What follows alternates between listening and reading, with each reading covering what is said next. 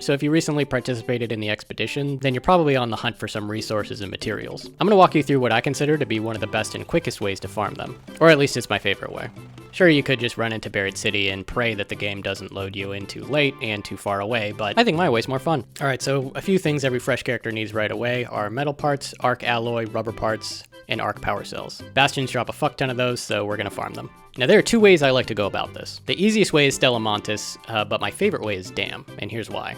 Now what you're going to want to do is load in during a night raid or an electrical storm. Usually I just go in with an anvil. Right here I brought a Venator, but you don't have to bring a Venator. I usually take 2 or 3 stacks of heavy ammo. I think 2 should do it. And then I take a butt ton of grenades. Sometimes I take a wolf pack if I have one, but you honestly don't need it. All you need is maybe 3 to 4 stacks of light impact grenades. And if you have better grenades, I would take those. The really important thing though is just that you bring a weapon that shoots heavy ammo, like either a Pharaoh or an anvil. I definitely prefer the anvil. And just make sure you have 2 to 3 stacks of heavy ammo and at least 3 stacks of light impact grenades, but you're probably going to want more. The other important thing to bring is a zip line. You're going to need at least 1 zip line, or a snap hook if you have it. All right, when we load in, we're looking for the pipeline tower. So make a beeline for that. Remember, you should do this during a night raid or an electrical storm. I usually like to get up there through this zip line. Make sure you place the zip line here. Also, the very top sometimes spawns a gun locker, so make sure you check for that. Make sure you just clear the hornets as much as you can first if they're around the bastion. The reason why this spot is so great is because it's very difficult for the bastion to hurt you, and literally all you do is just throw grenades at it. If you have a showstopper or a wolf pack, you can use that first and then use the grenades. And the light impact grenades do so much damage to this thing, especially if you have like 15 or 20 of them. And light impact grenades are really easy to craft. All they take is chemicals.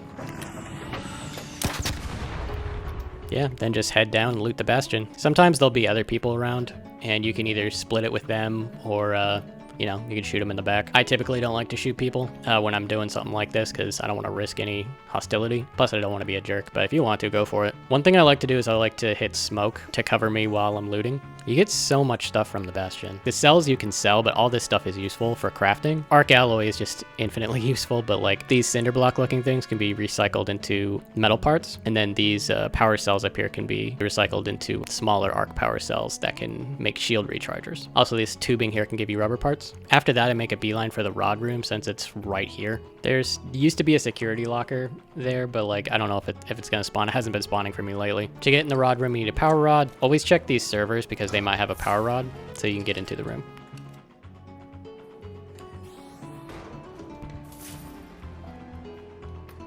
Then I head up to extraction, but before I leave, I always hit this car because this car always spawns 2 light bulbs, which is a free 4 grand right there. Don't get struck by lightning. I really love doing this run. The only issue with it is that you have to pretty much wait for a night raid or a electrical storm. And not only that, but you only have an hour and sometimes the game can spawn you super far away. Once in a while, the bastion won't spawn. That's only happened to me twice though. But yeah, that's probably my favorite way to farm bastions and get a bunch of money and materials. The second way is probably easier, and that's Stella Montis. There's a room right below medical that has a bunch of good loot in it, but right outside it is usually where the bastion spawns. And if you kill the bastion, it's actually really easy because there's this metal bar that shields you from any damage. So I just go in with a light shield and a butt ton of grenades and an anvil, and I make very quick work of it. It's very, very easy, especially since Stella Montis is so small. It's pretty easy to figure out how to get down here.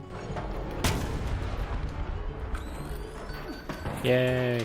This is the quickest way to farm bastions. The only issue here is that there's always people here. So it either becomes a bloodbath or you end up splitting your loot. That's why I prefer the other way, because I usually don't end up fighting or splitting loot with anybody. But yeah, those are the 2 farming methods that I like the most. So let me know what you guys think, and let me know your farming methods in the comments below. And I'll catch you guys in the next one. Peace. Friendly coming in. Friendly coming out. Was there anything in there? No, it was already open when I got here. Alright. We killing this rocketeer? I was, but someone is being attacked by my gun's away, my gun's away. I didn't bring anything. I have a wolf pack I can use right now. Okay, that would do it. That would do it. Yep. I think we would need a lot, like not a lot more. Where is he? Alright, like. Honestly, heavy ammo and the rocket and the wolf pack, that would do it. Shoot it. Oh, damn. Hey, it feels like it just started again. We good? Everybody in? Yeah, we're good. All right, we're hitting it.